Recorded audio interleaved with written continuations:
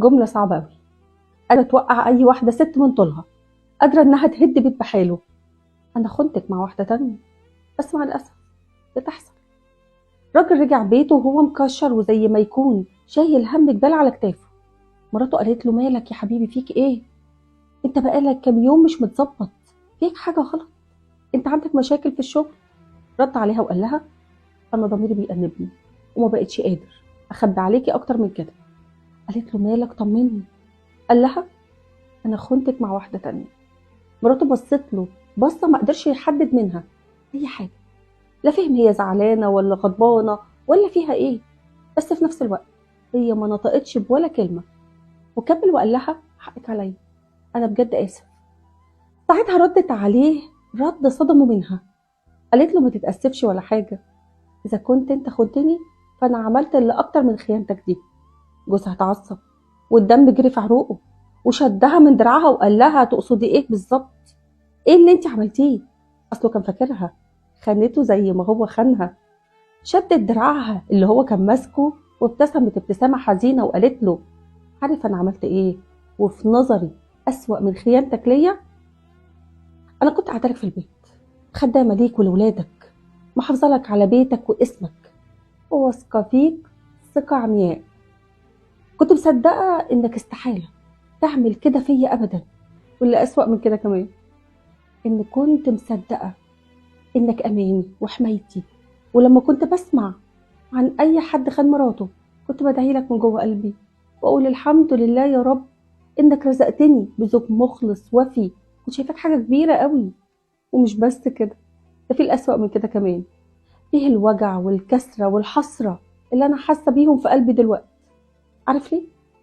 أصل وجع الصديق بيتعب، ووجع الحبيب بيقتل، فما بالك لمّا يكون الشخص ده أكتر من كل دول، لمّا الضربة تيجي لك من عِشرة السنين، أبو ولادك، اللي ما بينك وما بينه رباط غليظ، اللي ربنا وصّاك عليَّ من فوق 7 سماوات، فما بالك بقى لمّا تيجي من الزوج. شوف أنت بقى أنا موجوعة منك قد إيه. خلصت القصة، والرسالة هنا بتقول لك: إلا الخيانة، إلا الغدر، اقفل أبواب الفتنة عليك، بلاش تهد المعبد على اللي فيه. أصل الست لمّا بتتخان بتتكسر، وبيتهد جواها حاجات كتير أوي، وبتضيع كل حاجة حلوة كانت ما بينكم. وأنا عارفة إنك راجع ندمان، وما فيش حد ما بيغلطش، والله غفور رحيم. بس برضه خلّيني أقول لك، الكسرة وحشة أوي وما بتعديش بالساهل. بلاش في لحظة ضعف تخلّي نقطة سودا في حياتك وفي قلب مراتك العمر كله. بلاش تهد بيتك وأسرتك وقبلهم تغضب ربك عليك. بلاش تبوّظ حياتك اللي استحالة هتقدر تعوّضها أبدًا. مهما حبيت واتبسطت والله لا هتفوق وهتندم. وأنا عارفة إن ممكن يكون في تقصير من الطرف التاني، بس عمر ما كان الحل هو الخيانة. بيتك اللي هتهده ده ما فيش حاجة هتقدر تعوّضه أبدًا. افتكر إن ما بينكم كان فيه مودة ورحمة، وياما تعبتوا وعانيتوا عشان توقّفوا بيتكم ده على رجليه، ياما مرّيتوا بظروف صعبة مع بعض وساندتوا بعض. حافظ على بيتك وعلى مراتك وعلى أسرتك، أنتم بينكم ثقة كبيرة أوي، اوعوا تسمحوا لأي حاجة إنها تهزها أو لا تهدها.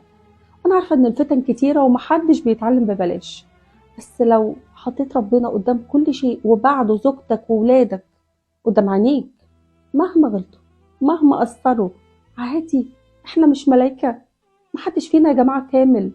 وحطوا قصاد أخطائها دي إنها ست أصيلة محترمة صاينة بيتك ومربية لك ولادك، عايز إيه تاني؟ والله كل ده بالدنيا. ساعتها استحالة إنك تقدر تخونها. وأخيرا لو زوجتك تعباك ادعي ربنا معايا وقول: اللهم إني أسألك أن تصلح لي زوجتي، وأن تجعلها مؤمنة جوادة كريمة طائعة، وألف بين قلوبنا يا الله، وارزقنا الرضا وراحة البال، واجعلني لها عونا وسندا وسكنا من كل ضيق. اللهم آمين آمين يا رب العالمين. ربنا يسعد قلوبكم ويجعل ما بينكم مودة ورحمة وسعادة. لو استفدت من الفيديو اعمل لايك وشير عشان غيرك يستفيد، واعمل منشن لمراتك وقول لها بحبك يا ولادي. ربنا يا رب يخليكم لبعض ويبارك لك فيها. بحبكم في الله. هدية محمود.